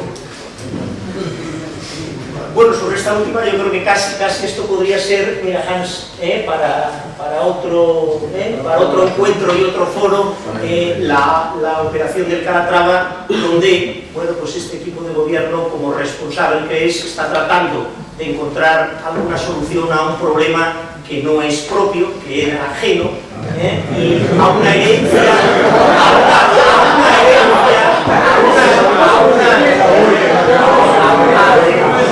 una herencia, Diego, con la que nos encontramos, y que efectivamente sería absolutamente irresponsable que no tratáramos de abordarla con, bueno, pues con idea de ciudad.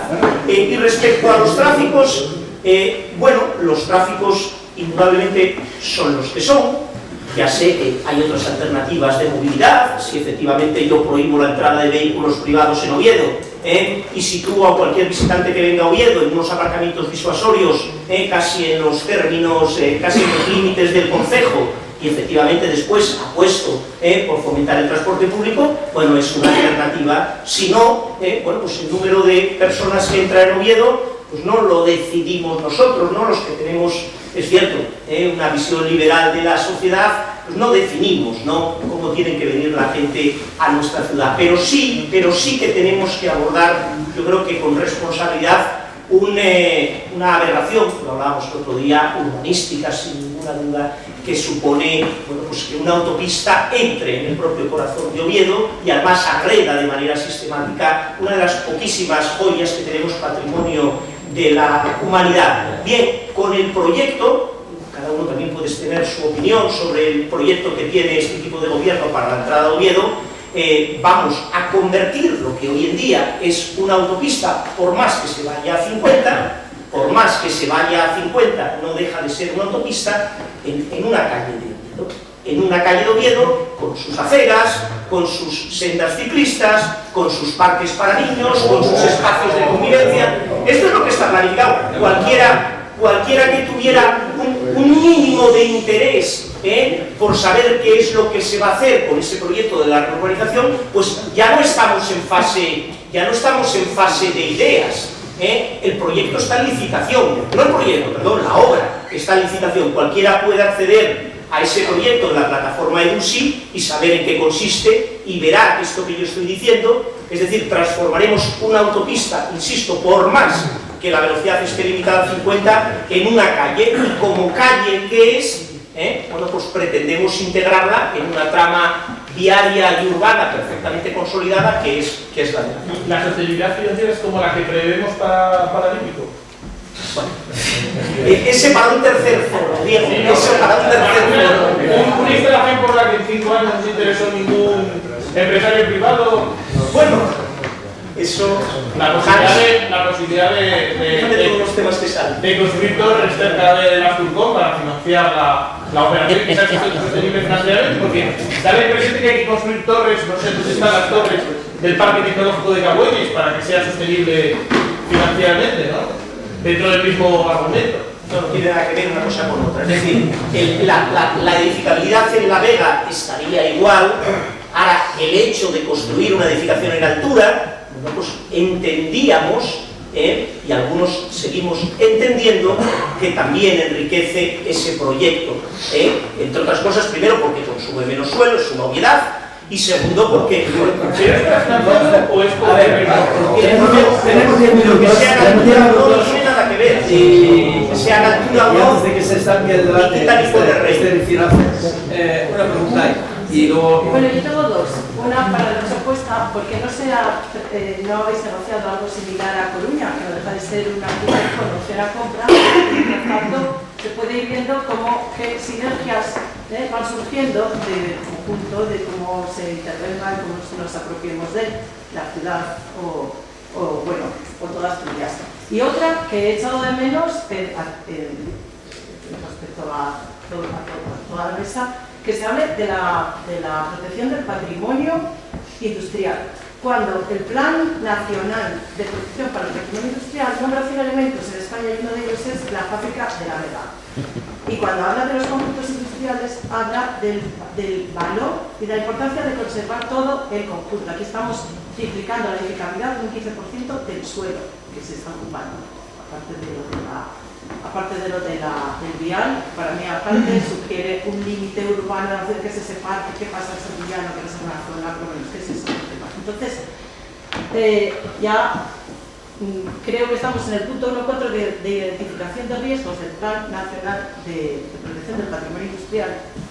Cuando identifica riesgos son la débil percepción social e institucional acerca de los valores y significados del patrimonio industrial, la creciente demanda de proyectos de intervención sobre zonas patrimoniales industriales carentes de rigor científico. Esto lo dejo ahí porque creo que ha faltado tocar este tema que es clave. Y luego, bueno, una pregunta para... ¿te puedes creer que no me acuerdo de la primera ya? Pues la primera nos daría tiempo a plantearnos esto que acabo de decir ahora. Entonces ¿por qué no negociáis algo similar a lo que ha negociado Coruña? Bueno, yo no me atrevo, yo tampoco me atrevo porque no conozco en profundidad el resto de operaciones, sí que cada día me levanto con una operación distinta en un lugar diferente pues yo supongo que las circunstancias y las características de cada operación pues seguramente no tengan nada que ver. Habrá que valorar o habría que valorar los antecedentes para ver si pueden establecerse, pues digamos, coincidencias casi milimétricas. Yo no me atrevo a hablar de otro tipo de operaciones más allá del alcance o el conocimiento que puedo tener muy limitado por los medios de comunicación. Supongo que cada una pues responderá a las circunstancias específicas, ¿no? No sé si todos los elementos son iguales, si abandonaron la actividad fabril en el mismo momento, si ya había algún otro tipo de actividades allí, si hay algo, es que no lo sé, si cada ciudad apuesta por un modelo distinto, y en algunos casos pues lo centra en el ámbito empresarial y en otros pues por las cuestiones puramente culturales o lúdicas. Es que yo no me atrevo a valorar otro tipo de operaciones. Lo que sí estoy convencido es que esta se ha analizado de una manera muy exhaustiva y entendemos que era la que mejor encajaba con los intereses de todas las administraciones intervinientes. Y hombre, la intervención respecto a los aspectos patrimoniales y artísticos, claro, yo creo que esto sí que nos daría solamente para un foro específico de esta cuestión, ¿no? Porque claro, aquí estamos ya pues entrando en un terreno que puede dar lugar, a mí me encantaría, porque además es un tema que me apasiona, pero creo que aquí podríamos dar lugar a un debate que fuera prácticamente eterno. No sé si el moderador está muy por la labor y los conserjes de la universidad también, ¿no? Tenemos 8 minutos y había una pregunta ahí y otra pregunta ahí. Vamos a hacer un inventario de las preguntas. Y otra más. Vamos a ver. Muy brevemente, yo quería preguntar al representante, sobre todo de la plataforma, y un poco a colación de la pregunta anterior, ¿en qué consiste el acuerdo de La Coruña? Si es a título de propiedad, de concesión, y también si es monocultivo o es una ciudad integrada, como está planteando el intercambio. Y luego, por otra parte, me gustaría, porque citó también otro acuerdo de Cartagena, me gustaría que me dijera qué acuerdo de Cartagena citó en su primera intervención y en qué consiste. Sí, bueno, son muy buenas estas preguntas, porque, a ver, Darío, que responda a esa pregunta. ¿Cómo? Que responda a esa pregunta. Quería hacer un rápido inventario de las preguntas que hay para que igual se pueda combinar. Bueno, yo lamento enterarme de que parece que la torre famosa de Asturias se tambalea, porque en realidad si es un proyecto de salvaguarda precisamente de Santullano, y además parece que el ámbito de protección de un patrimonio de la humanidad como Santullano libra esa torre de 25 pisos y 70 metros de altura y libra perfectamente, supongo que la UNESCO habrá aplaudido ese proyecto y que además, a diferencia de la intervención de la UNESCO con las torres trillizas del Vasco, no correrá peligro esa salvaguarda del patrimonio. Eso en primer lugar. Y en segundo lugar, el tema de las catas arqueológicas. Yo parece que me entero que van a ser catas de urgencia, tan de urgencia que ya se sabe cuándo van a acabar, aunque no se sepa todavía cuándo van a empezar, pero ya sabemos que van a acabar a final de año. Entonces, yo tengo un amigo arqueólogo que trabaja en empresas arqueológicas de estas de urgencia, que se lo encargan las empresas constructoras y les dice: a vosotros no os encargamos porque sois de los que encontráis. Si realmente hay un rigor científico sobre esas catas arqueológicas para que realmente se persiga con rigor que a esos 175 metros que sería el estadio pueda o no aparecer los restos del palacio de Alfonso VI. Yo quería hacer una pregunta. A ver, esta pregunta puede ser muy complicada. Sabemos lo que quiere hacer el Principado con la nave que les corresponde. Polo biosanitario, tiene una idea. Sabemos lo que quiere hacer Defensa con su parte. Inmuebles, edificios, entenderlo como... Quiero preguntar, ¿qué quiere hacer el Ayuntamiento con la parte que le corresponde? No puedo decir. Vale, y la última pregunta ahí. No, yo simplemente decir que ante el fallo que hubo con el juzgado, con el tema del Bosque y Valle, la pregunta es muy fácil. ¿Vamos a tener la misma seguridad jurídica con todo lo que estáis haciendo? Y aparte de esa pregunta, quiero decir, ¿afecta en algo esa sentencia que tenéis que, bueno, pues claro, yo quiero decir una vez que aquello de Bosque y Valle estaba finiquitado, pero ahora hay que retomarlo? ¿Afecta algo eso en el proyecto de la Vega o cómo te has enterado? Vale, gracias. Como la mayoría de las preguntas son para Nacho, primero voy a dar la palabra a Juan para que explique brevemente lo de Cartagena. Sí, no, nada, yo creo que la pregunta de Mario es casi retórica, porque lo sabe tanto como yo que las operaciones son bastante diferentes. La de La Coruña es un alquiler en el que se cede el uso por un montante que más o menos corresponde con el mantenimiento que vienen gastando al año, y sí, es un monocultivo de unas empresas TIC que que se reúnen allí y tal, y deciden entrar eso. O bien diferente, sí, diferente y buena para La Coruña, supongo. Y después lo de Cartagena es porque siempre se habla mucho de que las cesiones gratuitas son imposibles.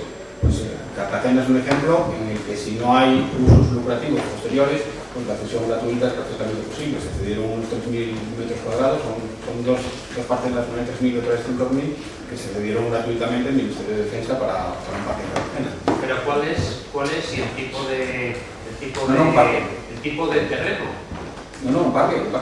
Es un parque, unos caminos, un parque. Es la zona límite de un parque, creo. Eso en la ley está previsto la cesión gratuita de ese espacio, ¿no? La ley que rige toda esta cuestión del patrimonio de defensa y demás, ¿no? Sí, bueno, supongo que sea conforme a la ley, no van a hacer cosas que no sean conformes. ¿Y el proyecto concreto cuál es? No, acabo de decir, es un parque.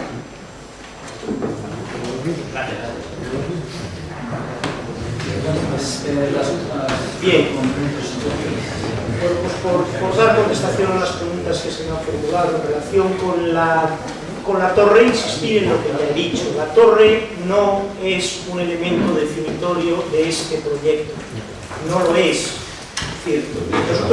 Nosotros hemos negociado esos derechos urbanísticos, hemos planteado como una mejora la posibilidad de que efectivamente se incorporara una edificación en altura que constituyera pues un hito que de alguna manera pues mejorara el conjunto.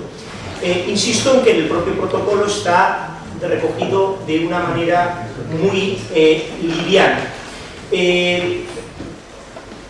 De hecho, ni siquiera está en los propios anexos del protocolo definida la ubicación exacta de esa torre dentro de las pastillas edificatorias, ¿no? Es decir, dentro de los ámbitos, dentro del propio superficie de la fábrica, que están destinados a esos aprovechamientos urbanísticos, no se ha definido con exactitud la ubicación de la torre, ¿no? Ni siquiera se ha llegado a eso, ¿no?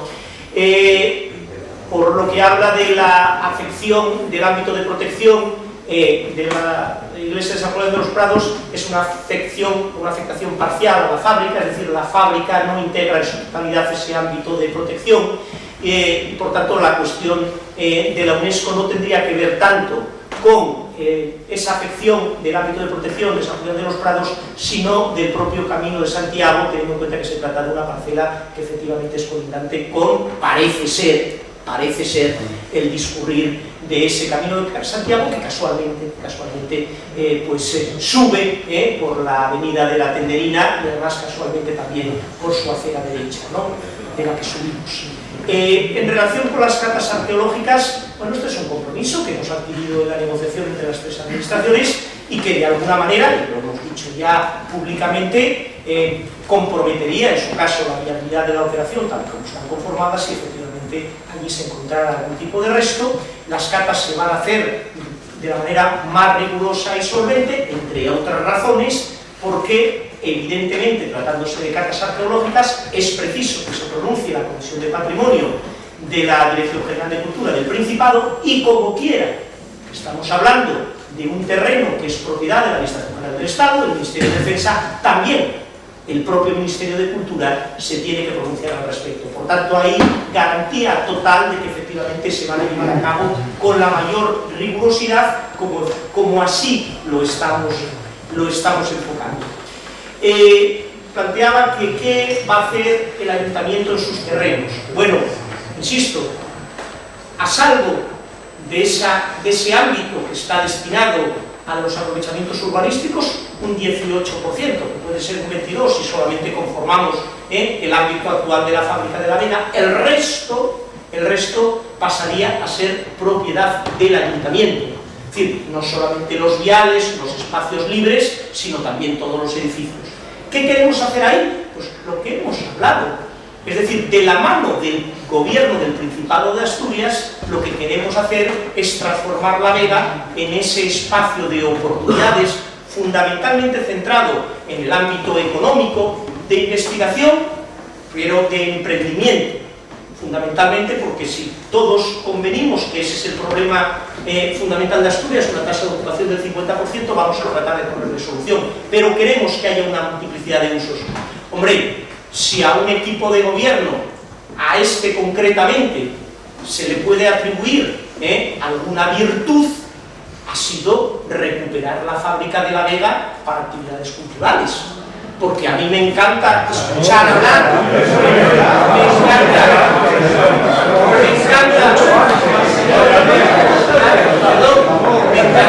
encanta escuchar hablar, pero a salvo de actividades absolutamente puntuales en la Noche Blanca o bien por parte de la Fundación Princesa, quien verdaderamente ha hecho una apuesta por la utilización cultural de ese espacio ha sido este equipo de gobierno, ¿no? Yo creo que eso es difícilmente discutible. Por tanto, el uso cultural va a ser uno de los usos predominantes en ese espacio. También el lúdico y también cualquier otro uso que pueda generar actividad, como digo, durante las 24 horas del día. Y por último, y en relación muy brevemente ya a la sentencia del Tribunal de Santullano, decir, primero, que no tiene ninguna afectación, y segundo, que lo que pone de relieve esa sentencia es que, de una manera, digamos, taxativa, sin margen de interpretaciones, es que el contrato que se suscribió con la UTE Bosque y Valle estaba viciado de origen, viciado de nulidad de pleno derecho. Y nos toca ahora a algunos arreglar el desaguisado de otros. Yo creo que no hay... No se echan ya, ¿no? Bueno, pues vemos que hay para más debate. Quiero dar las gracias al público por su presencia, obviamente, su interés, y sobre todo a los miembros de la mesa, tanto a Nacho, a Juan y a Tachi, por haber estado aquí, por haber dado la cara y por haber hecho posible este debate civilizado.